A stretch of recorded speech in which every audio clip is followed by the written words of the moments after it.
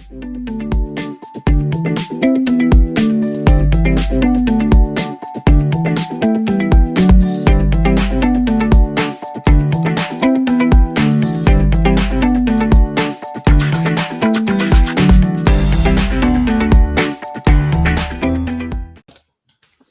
guys, welcome to the podcast. So today we have a very special guest joining us. Her name is Eliza May. She's a Birmingham-based singer-songwriter. We're really excited to have her on the podcast. So thank you so much for coming today, Eliza. Thank you. Oh, thank you for having me. I'm so excited. I know. I was thinking as I messaged you the other, when I messaged you about this, we followed each other on Instagram for quite a while, and I never even thought to ask or anything, and I just thought, why not? Give it a stab in the dark. I'm so glad you did. Thank you so much. Okay, so firstly, can you tell us a little bit about you? Kind of when and where did your love of music come from, and songwriting and all that? Where's that all come from? Yeah, so I have been really involved in music and just loving music since a very young age. I think the first time I was properly introduced to anything musical was probably around the age of 2 or 3, which is really, really young. But yeah, my mom, my nan, they'd always sing to me, and so I think I picked it up from them. But yeah, I apparently could already sing at the age of 3, but I couldn't actually sing. I was just copying what people were doing. So I thought I could sing, but really I was just copying people. But yeah, from then I basically had a love for instruments, and so when I was going through school, I tried to learn every instrument possible, and I was singing as well. I was just kind of trying to do everything and anything because I could. And yeah, I started songwriting maybe when I was about 11 or 12. Okay. I can't remember why I started. I think I just thought, if I'm going to be a singer, I have to write my own songs. Yeah. So I just tried to give it a go. And at first, oh my God, it was terrible. I was writing such terrible lyrics. I can't, it traumatizes me. Literally. So I also did the same thing. I was also writing songs when I was around that age. My dad used to make loads of music and backing tracks and stuff. And I thought, I can write lyrics on top of this. And at the time, I thought these lyrics were the best thing since sliced bread. And then looking back, it's no. Yeah, I can't look back. I've got a book full of songs. I'm I can't touch that. This is traumatizing. It looks like it's a diary. It's that full of stuff. God. I mean, I had an old YouTube channel. I had both my songs on there, and I just had to get rid of them because oh my God, the songs were going to haunt me forever. So yeah, I think YouTube's a bit of a tricky one as well, because once it's up, it's up. Everyone can see it. That's true. Oh yeah, amazing. So Eliza, do you have any direct influences such as artists? And you mentioned your mum and your nan that have influenced you in the artist that you are. Yeah, so I think because my mom and nan were very supportive, that just really helped. But in terms of artists I really looked up to, I loved Paramore when I was younger. I loved Hayley Williams' Vibe.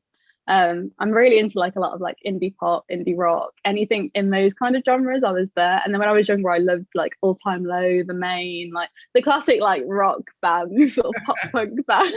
Yeah. So that was where a lot of my listening music taste came from. And then as I grew up, I loved Avril Lavigne when I was younger. Absolutely loved Avril Lavigne. She was a queen. And then I loved Frank Turner. Wait, what? I know. Who? Avril Lavigne. You don't know who Avril Lavigne is? You've definitely heard some of her songs. Is that the one that everyone thought died and all that? I was going to ask you about that. Did you ever believe the conspiracy theory about her? No. So I heard the conspiracy way later down the line. I was like, what? How can people think that? But then I think I heard more about it when she released her self-titled album that had Hello Kitty on it and some weirder stuff, and I was like, what is going on? I was confused. I also love a bit of Frank Turner. I love the Kooks. I think I just pull from everywhere though at this point. If I've listened to it, I've probably got a little bit of that in my songs. You definitely go snobs, 100%. I've been once. My mum was like, don't go to snobs, and I was like, but why? I've been once. Really? It's like the indie spot, isn't it? Wow. So when I used to go out in town, I used to go to Propaganda, but then that doesn't exist anymore now. They closed it. So I would be there. But so funny story. I used to busk on New Street, and the people that were promoting for propaganda would throw free entries into my busking case. So I'd be there every week for free. I'd be like, yes, get me in. That's amazing. Yeah. You should start busking. You do, honestly. It's incredible. Wow. So I guess that kind of answers my next question, I guess, of like, did you always know that you wanted to be like a kind of alternative indie pop artist, or was this kind of something that you did and thought like, oh, this works? I think it's a little bit of both. So yeah. I basically thought I always wanted to be a singer. That was like the goal, the end goal, but I just didn't know my sound. And I think I found my sound after like my first year of uni, because I did a degree in popular music. Oh, so awesome. Everything on that course was just full on. They threw you in the deep end. Like they were like, be an artist, basically. Yeah. It was a lot of fun, but I was basically taught things as I went along. So I think, when I was about 19, I figured out exactly what my sound was. And then it's just grown from there. Awesome. So with, say, for music, like current state of music, which, let's be honest, I don't actually know what's going on anymore. You've got like Tekashi 69, and he's like, he was like the biggest thing since sliced bread, and now you got mumble rappers. So in the music like industry, how do you see like the popularity of your genre of music going forward, etc.? That's a good question. I've never been asked anything like that. Wow. Okay. I think it's going to be quite popular, but I don't really know. I think my genre is indie pop, and maybe at a push it's alternative indie pop, because I take things from like, I don't know, the Kooks and Frank Turner, but then I also take things from like more mellow artists. So I'm kind of like a middle ground, but I think it could become more popular. It kind of has a little bit of everything for someone. Like, I don't know, my mum likes it. Yeah, so because as we said, music changes so much all the time. And I think one thing that might be really popular now, like Tekashi 69 and all that kind of stuff, might in a couple of months, a couple of years, not be that popular. And things always kind of come in and out of fashion, I guess. I hate to use that term, but things come in and out of fashion all the time. And so, I don't know, I guess, I completely agree. I feel like some of the stuff that I used to listen to, I'm now like, why did I listen to that? I don't like it as much as I did. Like, my playlists are always changing. Yeah, all the time. And I think it's good though, because change is always good, and there's always going to be something new coming out. And I guess that will also give you more influence for your music in the future. Definitely. Yeah, no, one of the biggest things I take inspiration from is seeing like live music and listening to other people's music, because without me listening to that, I don't think I'd know what I am myself, realistically. As you say, you've got to just kind of find your sound and find what works and all that kind of stuff. So amazing. Yeah. So I know that you released your first EP, The Fall, in 2019. Yeah. So how did that feel for you? Was that kind of always a dream of yours? And like, how did it feel to be able to actually do it? Okay, so it was a dream, but it was a very hard-working dream. Yeah. So all of the music on that EP I recorded in my last year of uni, and it was like a rush job near the end. So the title track was done in 2 weeks because it was for a project. Yeah, I know. I went to Liverpool because my friend, I was like, I need help. So I went to my friend. It was for a project where you had to collaborate with other musicians. Okay. And my friend went to LIFA, Liverpool Institute of Performing Arts. And so I was like, who better? Someone that goes there. So her name's Amelia. She's incredible. But she played the keys on it. And we were there at about maybe 6 o'clock at night until like 11 o'clock at night, just trying to sort like the guitar, the keys, the drum beat. So that track was a real rush job. And then the next week I went back to Cornwall because I did my degree in Cornwall. So at Liverpool, Birmingham, Cornwall.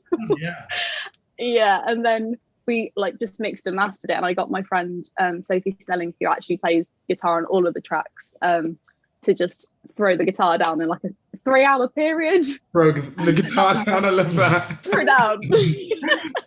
She's incredible. She can like send me tracks and I'll be like, how does that fit with my music? It makes it sound incredible. I just can't. But yeah, that was like a real quick one. And everything was rushed near the end of the year as well. So I had 2 months to kind of like record everything and make sure it was how I wanted it. But yeah, it worked out in the end. And then I released it the next year. So amazing. Yeah. And like, I guess, as I say, when I was, writing songs back in the day. Let's be honest, your level compared to Lewis's level. Yeah, you are on a very different level. Right. But I think when I was younger, again, a dream of mine was to be like, oh, release an EP, become a single, this and that. And I guess it must feel so kind of fulfilling and so amazing to actually have that dream as a kid, and then one day to be like, oh my God, I've got an EP and it's released and it's on all these platforms and stuff. I bet that just feels incredible. It's mental. Like so I released The Fall as a single first, and I did it maybe in, I think it was March or April 2018. And so I was still at uni, and I remember being like, oh my God, it's 1 minute to midnight. My track's going to be on Spotify the next day. I was so excited.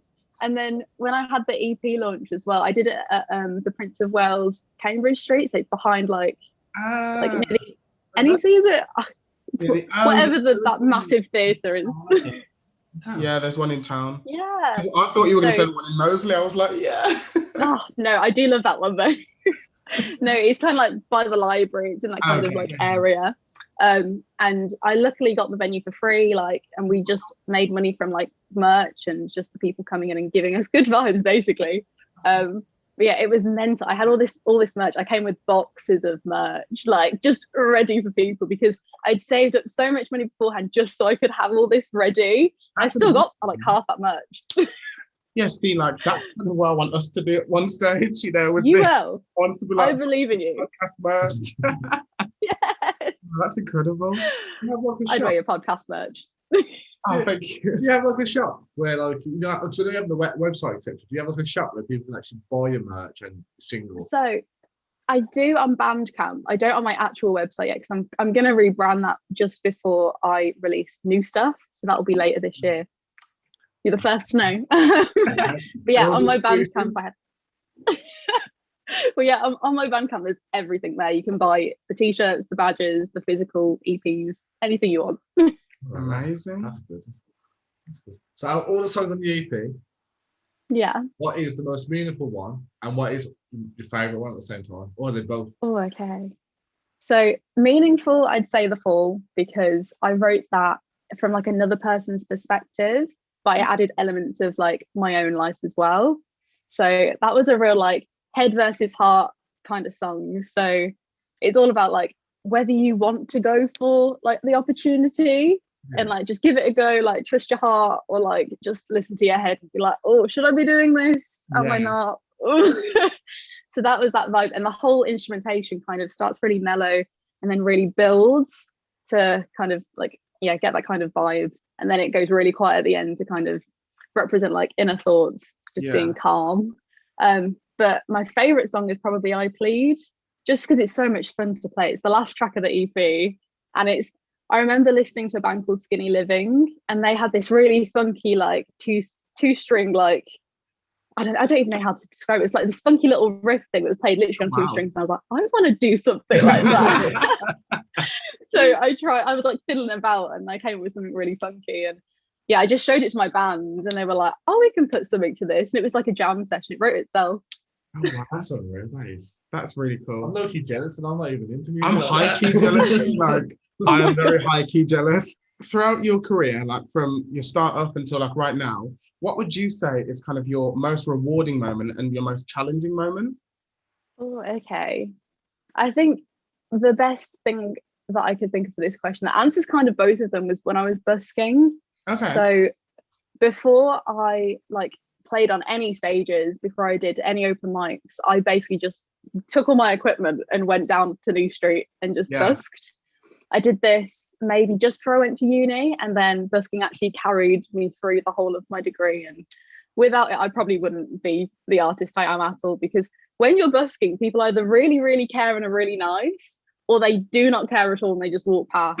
And then you get the weird people in between that come up to you, but not because like you're playing, it's because they've got like other motives. So they'll like either want to jump on the mic, or they'll be like looking for money, and I'll be like, especially people in town. I've seen so many people in town go up to buskers and just be like, hello, can I take the mic please? Oh yeah. Like, no, my number one rule is like, if you can do it off the mic, then you can do it on the mic. Like, it's a lot of expensive equipment. I don't want it ruined.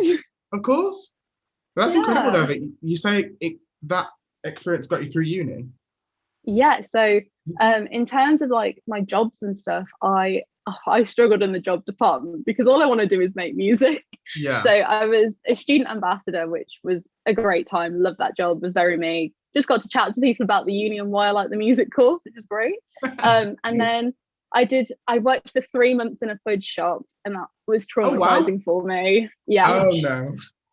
Traumatizing. The whole experience was terrible because they didn't really pay me enough because I was only 19. Like the wage wasn't quite there yet. Yeah. And also I was like, oh, I really need like the time to do my music because it's, you know, I'm paying money to go to the course, like $9,000 a year, you know. So yeah, forget the course, I'm taking the fudge. But yeah, I worked there and I couldn't do it. So then I ended up busking to carry like my income going. And I also made like a lot of friends through busking. Like there's people in different year groups that I met and who did like photography and videography. And I'm still like friends with them now because I met them through busking. That's amazing. That's so classic. Busking is that much. Is busking a well-paying job? It depends where you go. And it depends on like your voice, what you're doing. So when I busk here in like Birmingham, I'd always bring a friend, so we could do like harmonies and stuff. If I wanted percussion, we might bring a cajon, like just bash about on that. I've also now got like a harmony pedal, so there's loads you can do with more than just one person, and it's a bit safer. So of course. Yeah. That makes sense. I thought you had to have a license to busk. Is that true? So it depends. So in Birmingham you don't. Oh. But like I know like in Stratford, for example, you do need to like book a slot, I think, or have a license. It's one or the other. But every different place you go has different rules. Right, well, I'm going to New Street tomorrow, then I'm going to bring a microphone in the back of Jack. Honestly, do it. I'd be there. I'll be there. Don't know what I'm singing yet, but do you know what? We'll make it up on the day. Forget it. Don't you worry. I had like a list on my phone. I was like, which one haven't I done yet? That'd be me. I'd be like, okay, so I've done Beyonce 4 times. Can't really do that again. I'm sick of that. Yes. So talking about busking and obviously the music industry, etc. With this COVID and this lockdowns, how would you say that's affected you and your music? Oh, it makes everything so slow, honestly.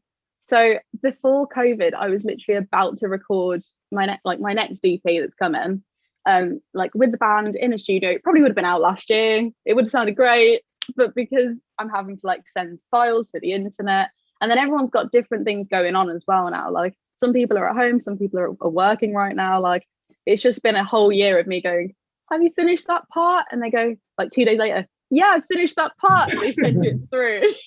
But it's like also with like internet speeds and stuff. My band are great. It's just the internet is so slow. Yeah. We transferring that. Yeah. Oh god, yeah.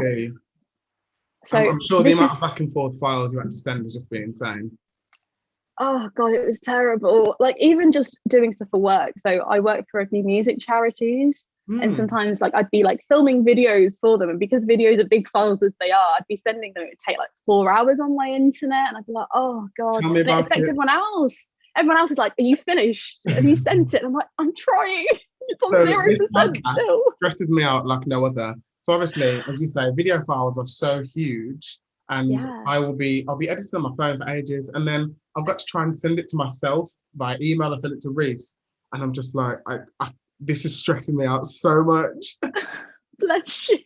I can imagine, honestly. I do like a lot of like video editing for like my YouTube videos, and even that stresses my like little MacBook out. It's too much. Yeah, and I've got my laptop's not great, and my phone is even worse than that. So I'm there for hours just like, please, I'll do anything. I'll do anything. That was me. My old MacBook was like a 2015 MacBook. It should have been fine, but every year without fail, it had problems. And I was like, oh my God, like the screen went, the keyboard went, like everything went. Yeah. And in the last year I had to upgrade in the summer, and luckily it had been my birthday. So like it paid off, but the screen was going, and I went back home maybe like 2 weeks ago, and I opened up the laptop. It would not. It just kept looping on the screen. And I was like, oh, I'm so glad I bought a new one. Yeah, it's just not ideal. It's not ideal. Oh my God. So where do you ideally see yourself in 5 years' time, and kind of what plans have you got in place to try and kind of start the ball rolling with all of that? That's a good question. So to be honest, I can never really see more than a year ahead, which is terrible because I feel like as an artist you should know, but I don't know. I think a lot of things change in my life. So my schedule normally I can see maybe 5-6 months ahead, and that'll be like solidly in the books. Like I'll know what's going on. So for the next like 6 months, for example, I've got a few gigs. Some of them are virtual, some of them are in person. I want to release the EP. I'll have dropped a few singles. There's a plan there, but for like long term, I just kind of throw myself into everything and just apply for as many gigs, festivals as possible, and just try and like meet new people and just if you're nice to people, I feel like you'll naturally just get there, and as long as you're learning along the way, you're fine. Like you'll get there eventually. Yeah, of course. And you know, I kind of stick by that as well. You know, it's about who you meet in life, and you've got to be nice to people, and you'll get to where you need to be or want to be through just kindness. Exactly. There's no need to be like a mean person. Just be you. Be fabulous. Now, to be fair, I think in this day and age, it's more about who you know than what you know. Yeah. So yeah, totally agree. Do you have anything like, I don't know, is LinkedIn be any good? Do you have like LinkedIn where you could converse with other like upcoming artists and stuff? See, I don't think LinkedIn is the place for that. It's more like Instagram. Instagram is the one. So I think TikTok as well is now like rising as well. So with Instagram, I have like followed people on there that I've seen at gigs, and I've just been like, hey, I really like your music. Like, have you got any gigs coming up? And if you go to other people's like gigs and stuff, then we're like to go to yours, and you'll create a really nice friendship. And yet TikTok is the one that I've recently found like really helpful in terms of like just widespread like finding musicians and creatives, because I started it in May as a joke, and I was like, let's see what TikTok's about. Let's do it for fun. Like, and it's just, now I make 3-part harmony videos every week. So again, so your TikToks and mine are very, very different kinds. So I remember around this time last year, my sister was like, get TikTok. And I was like, get TikTok, please. Yeah. And so I got TikTok as like a joke, started making a few videos, got quite obsessed, then deleted it. And then maybe like 6-7 months ago, I re-downloaded it. And I was like, I'm not going to post that much just because I want to have it for the podcast and then my own stuff. And now I've kind of gone a little bit crazy. And Oh my God, we'll be following each other later. He had one, that got like, was it 500,000 views? Yeah, it's got over 500,000 views. He acted like he was a celeb. Oh my God. For 4 days, I was like, I can't leave the house. I can't go and get milk. All you need to do is go and get milk. You can't do it. They'll know you. And little I was like, don't look at me, please. Oh my God.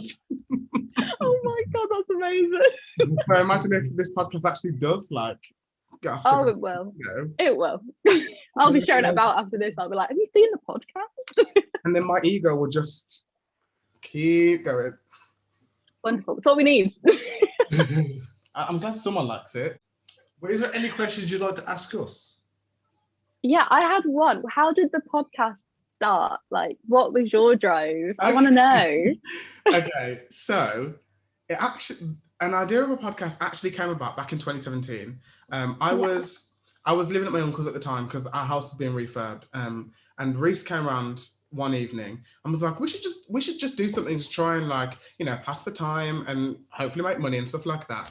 And we've always wanted to do something, whether it was a business or a YouTube channel or whatever. And so we were making this list of all these different things. And he was like, we should do a podcast. And I was like, oh, okay, that could work. And then nothing came of it. After that, nothing came of it. And then literally last year, obviously the first lockdown, I was just bored. I was on furlough. I was at home and I just thought, you know what? Let's actually do it. So I called him and I was like, right, I'm going to set up a Zoom meeting. We're just going to talk some rubbish. I'm going to record it and edit it and put it out there. If it doesn't work, we'll leave it. If it does work, great. And it just hasn't ever stopped. Oh, I love it.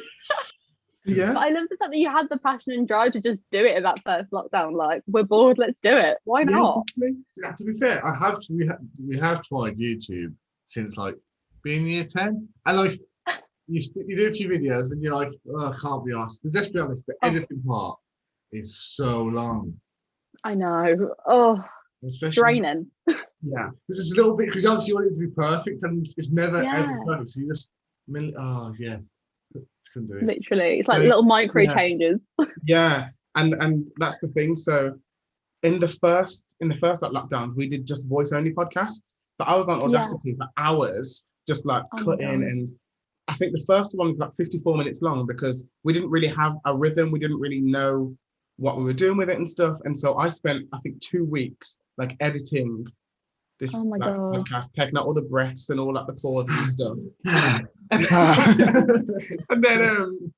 and then from then it kind of just got better and easier to edit, and now obviously we're doing it like this. This is 10 times better. We have our first guest. Exactly.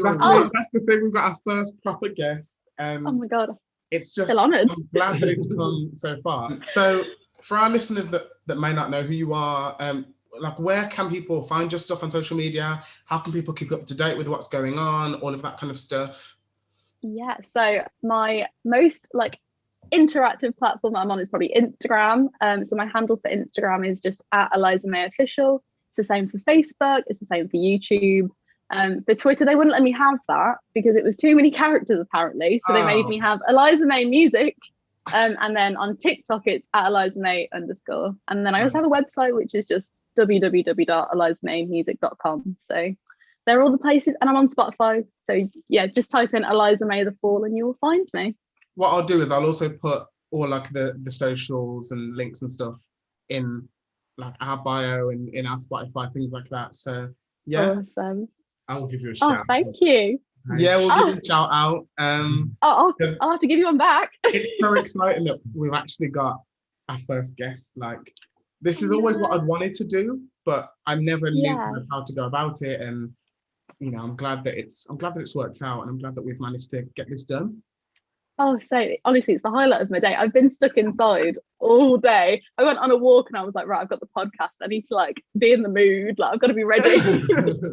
Yeah, I always try to like not stress, and I like plan my days out with like a calendar that's like by the minute, by the like the hour. Like, it makes things a little easier. But that's good though. Like, I wish I was more organized like that. I kind of know a general gist of what I'm doing and when I'm doing it, but I wish I was a bit more like, okay, at this time I'm doing this, at that time I'm doing that. I'm kind of just like, I know what I'm doing today. Ask me when I'm doing it. To be honest, some days I have to throw it out the window. If I'm not feeling like sticking to time, I'm like, nope, we're not looking at it today. It's fine. We'll do it tomorrow. Oh, well, thank you so much, Eliza, for coming onto the podcast. And again, guys, I'll link all of Eliza's socials kind of wherever I can on Instagram and YouTube and everything. And we really hope that our listeners have enjoyed, and I really hope that you've enjoyed, Eliza, and I hope that in the future you want to come back. Obviously, no pressure. Oh no, I would love to. Thank you so much for having me. It's been so much fun. No problem. And and we'll see you soon. And thank you for listening, guys. And Eliza, good luck for everything. And good luck. Yeah. Make sure everyone listens to music. Yeah, listen for music and show us some love. And 100. I think at the moment it's like 75 or something on Spotify. So let's make it 100. Please, 100 monthly listeners would be the dream. But yeah, thank you again so much. And oh no, thank you. Speak to you very soon. Speak to you soon. Bye-bye. Bye.